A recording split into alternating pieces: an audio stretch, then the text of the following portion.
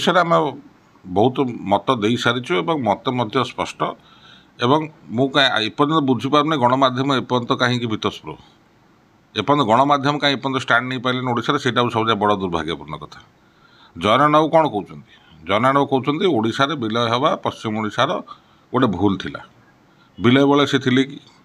तामाने जो प्रवाद पुरुष मैंने ओडिशा प्रदेश गठन करते 1936 मसीह से बोका थिले कि ज्ञान नथिला कि तांकर जो दल क्षमता को आसছে ओडिया अस्मिता कहीकि ओडिशा बरपुत्र मानक सम्मान देवाई प्रतिश्रुतिबद्ध तो ये चरम अपमान करने पक्षर रहस्य। तेणुक जयनारायण बाबू जो कथा कहते हैं आदौ ग्रहणीय नुह एवं समालोचित हवा दरकार सबू फोरम समालोचित हवा दरकार। वंदे उत्कल जननी आम समस्ते गाउचे आम ओडिशार जातीय गान हिसाब से गाउचे सबू सरकारी सभा समिति से बाजिले समस्त छिड़ा हुआ ये छिड़ा हे ना ये कौन आईन रु ऊर्धरे कि ये कहते उत्कलटा हटई दियो ताले राष्ट्रीय गान में जनगण मन द्राविड़ उत्कल बंग अच्छी हटई दियो एटा को कहुए पागलामी।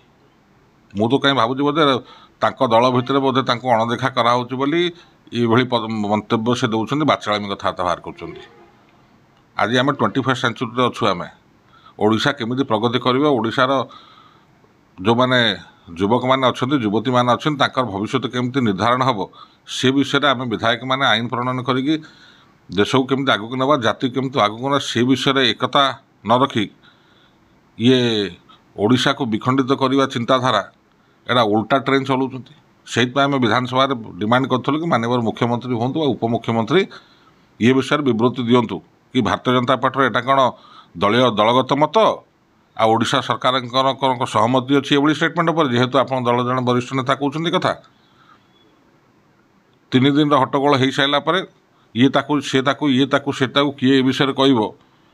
ये कथा हो सारापर लास्ट रे आपनकर आईन मंत्री ए विषय स्पष्टीकरण देले कि ओडिशा अखंड अच्छे अखंड रहिबो एटा ओडिशा सरकार व भारतीय जनता पार्टी मत नुहे एटा सभ्यंकर निजस्व मत। जदि निजस्व मत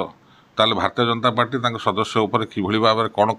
कार्यानुष्ठान ग्रहण करेंगे सेटा मध्य भविष्य लोक पचारे। 1 2 जो कथा आलोचना को आज आसिला एवं ये कथा को आसिला ये विषय सरकार 3 दिन कहीं लगे कहवाई उत्तर देवाई एटा तो स्पंटेनियस जे ना कैबिनेट मंत्री हूँ बा आपणकर मुख्यमंत्री हूँ बा उपमुख्यमंत्री जेकोसी लोक तत्काल खंडन करिया कथा 72 घंटा गड़ाइया पछरे कारण कौन तो या स्पष्ट जना पड़ी सरकार किभली भाव में चली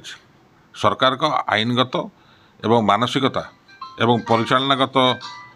जो चिंताधारा एटा किभली भाव में चली या स्पष्ट जना पड़ू। आज को 10 मास होगा सरकार आसला नुआ सरकार आइले एवं भी मुंड कौन कहूँ हाथ जानी हाथ कौन कहूँ मुंड जानी कोऑर्डिनेशन सरकार भितर नहीं एवं निश्चित भाव में कौटि ना कौटि भारतीय जनता पार्टी एवं राज्य सरकार को